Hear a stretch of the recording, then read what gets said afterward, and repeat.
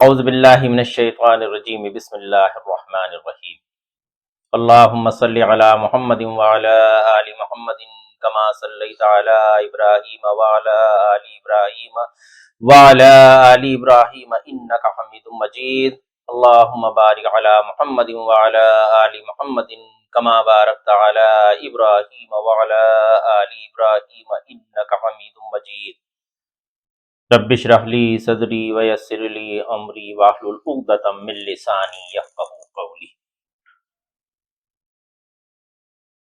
وَلَكُمْ نِصْفُ مَا تَرَكَ أَزْوَاجُكُمْ إِن لَّمْ يَكُن لَّهُنَّ وَلَدٌ فَإِن كَانَ لَهُنَّ وَلَدٌ فَلَكُمُ الرُّبُعُ مِمَّا تَرَكْنَ مِن بَعْدِ وَصِيَّةٍ يُوصِينَ بِهَا أَوْ دَيْنٍ وَلَهُنَّ الرُّبُعُ مِمَّا تَرَكْتُمْ إِن لَّمْ يَكُن لَّكُمْ وَلَدٌ فَإِن كَانَ لَكُمْ وَلَدٌ فَلَهُنَّ الثُّمُنُ مِمَّا تَرَكْتُمْ مِن بَعْدِ وَصِيَّةٍ تُوصُونَ بِهَا أَوْ دَيْنٍ وَإِن كَانَ رَجُلٌ يُورَثُ كَلَالَةً أَوِ امْرَأَةٌ وَلَهُ أَخٌ أَوْ أُخْتٌ فَلِكُلِّ وَاحِدٍ مِّنْهُمَا السُّدُسُ فَإِن كَانُوا أَكْثَرَ مِن ذَلِكَ فَهُمْ شُرَكَاءُ فِي الثُّلُثِ مِن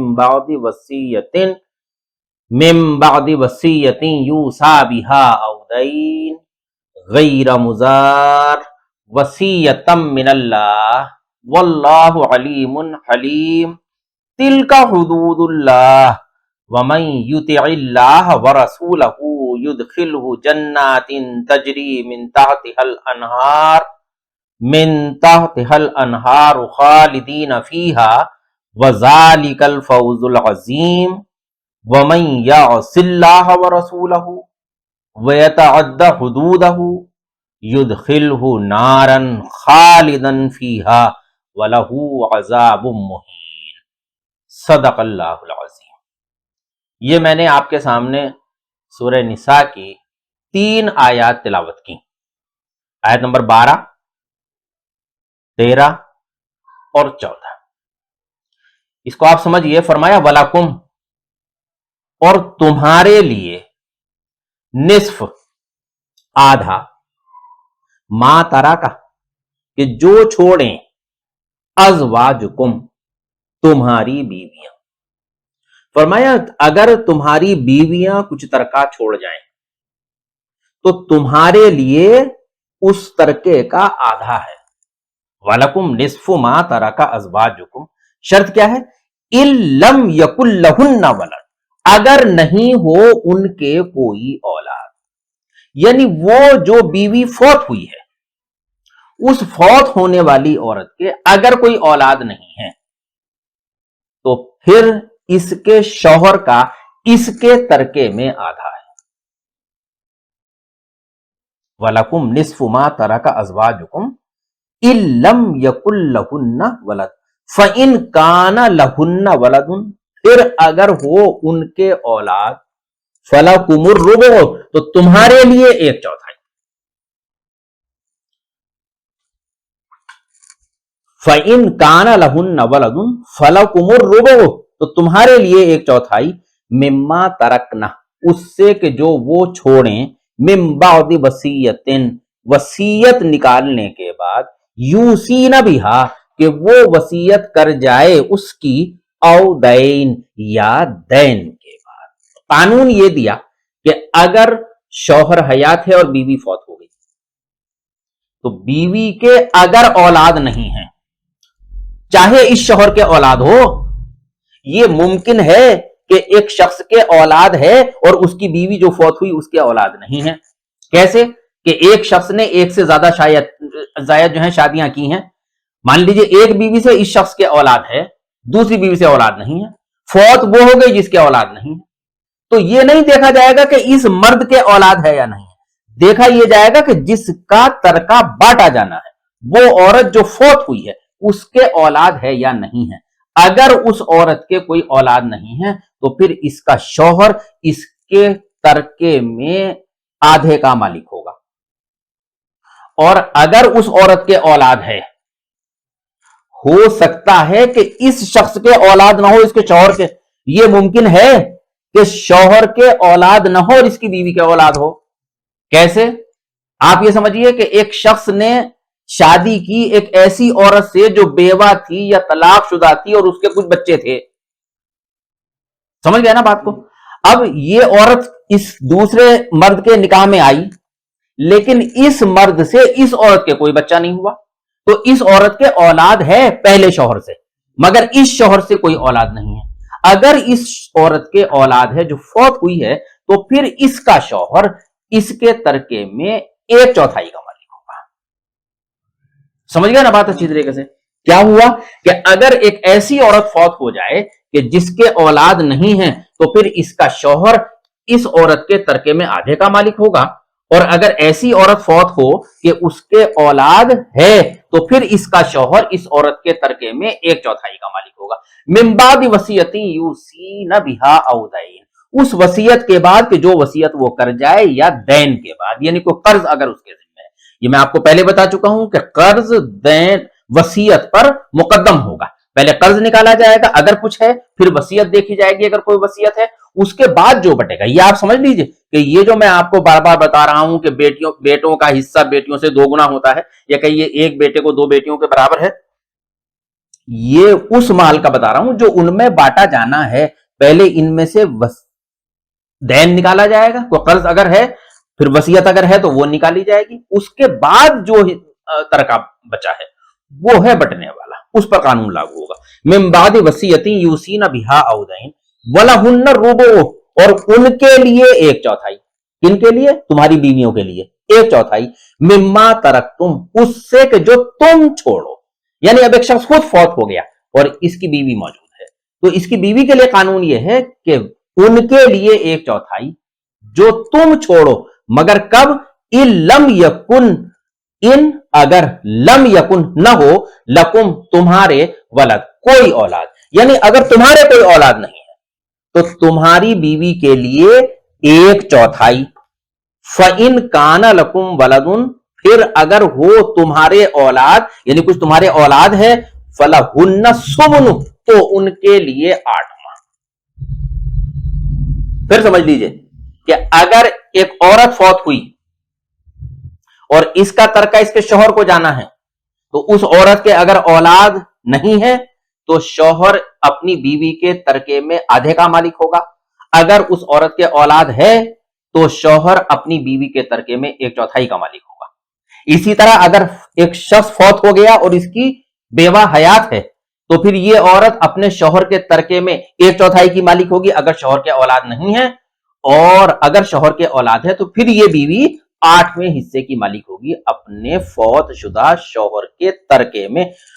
پھر وہی شرط ہے مما ترکتم، جو اس سے جو تم چھوڑو، من بعد وصیتن، وصیت نکالنے کے بعد. کون سی وصیت؟ توصون بہا، کہ تم وصیت کر جاؤ اس کی، یعنی اگر تم نے کوئی وصیت کی ہو تو وہ نکالی جائے گی. او دین، یا دین کے بعد یعنی قرض کے بعد.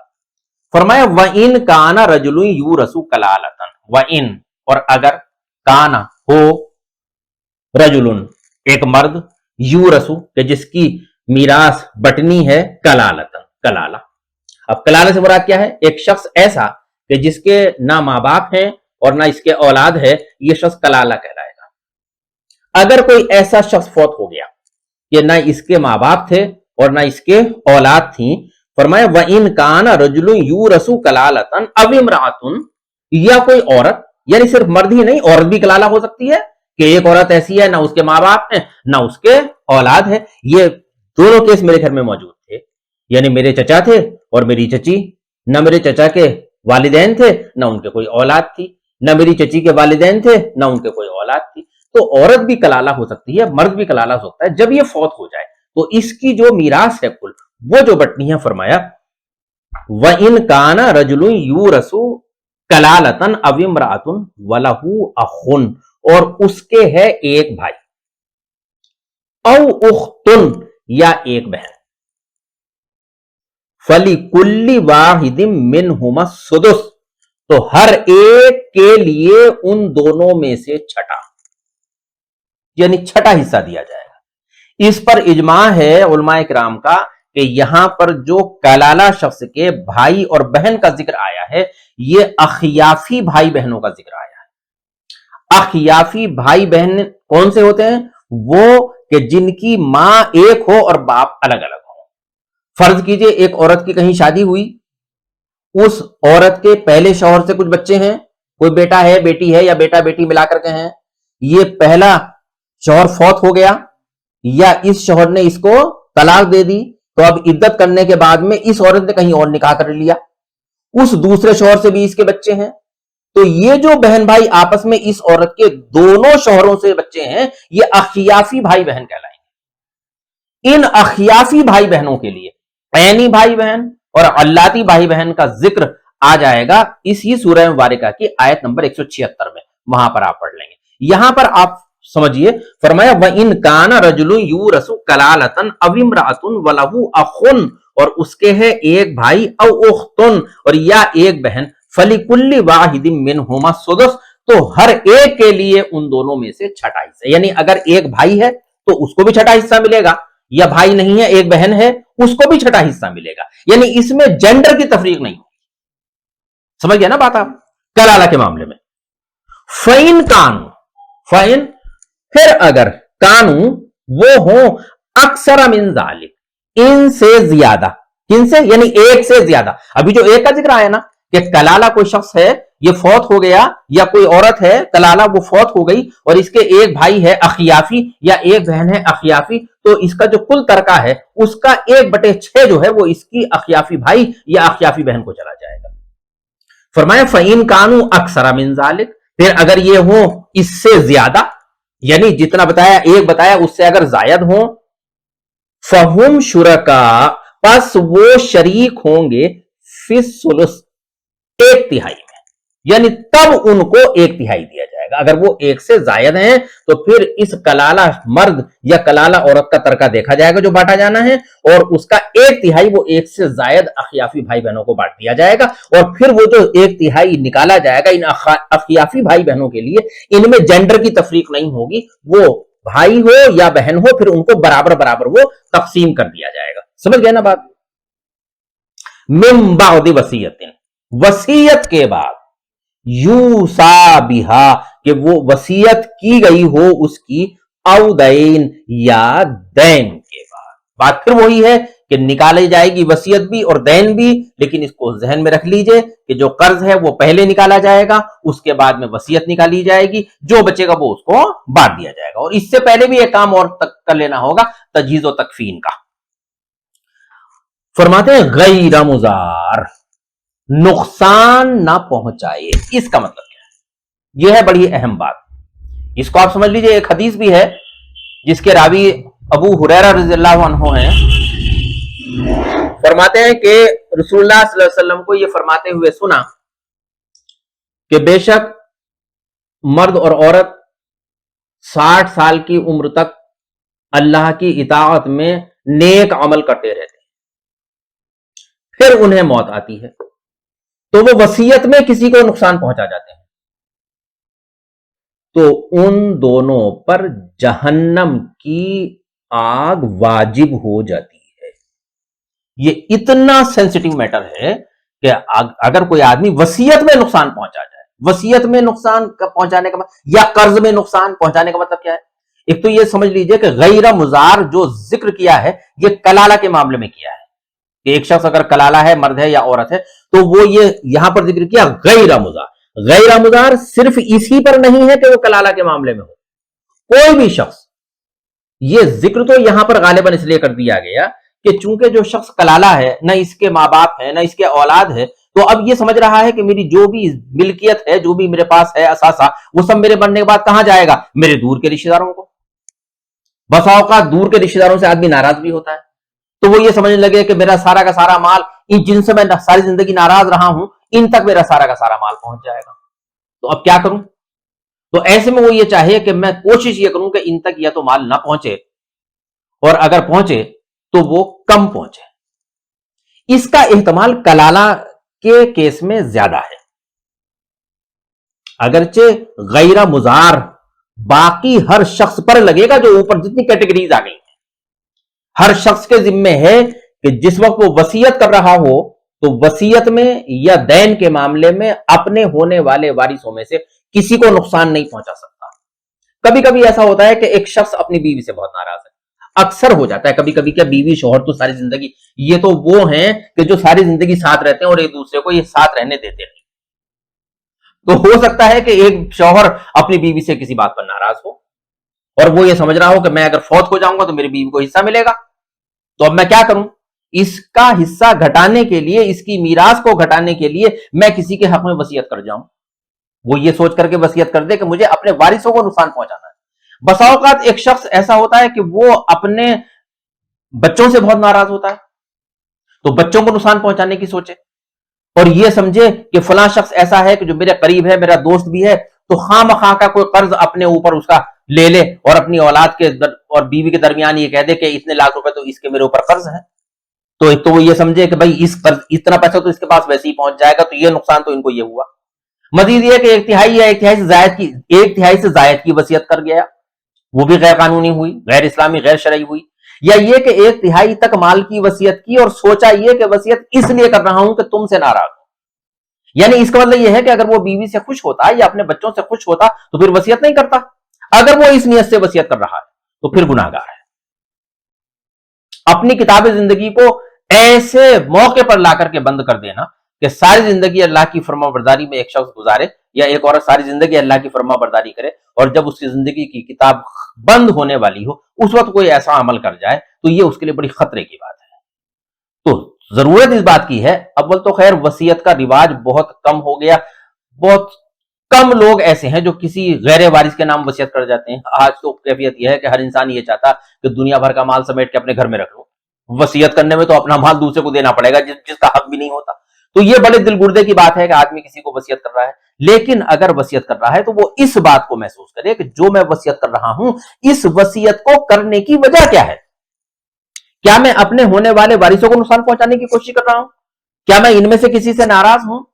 या अगर मैं इनसे राजी हूं और मैं इनको नुकसान नहीं पहुंचाना चाहता और मैं अल्लाह की रजा के लिए इसलिए मैं वसीयत कर रहा हूं कि मेरा एक तिहाई माल किसी एनजीओ को चला जाए ताकि वो लोगों के काम आ जाए, या मैं कहीं बैतुल माल में इसको जमा करा दूं, या मैं किसी मदरसे को दे दूं, या किसी मस्जिद के नाम कर दूं।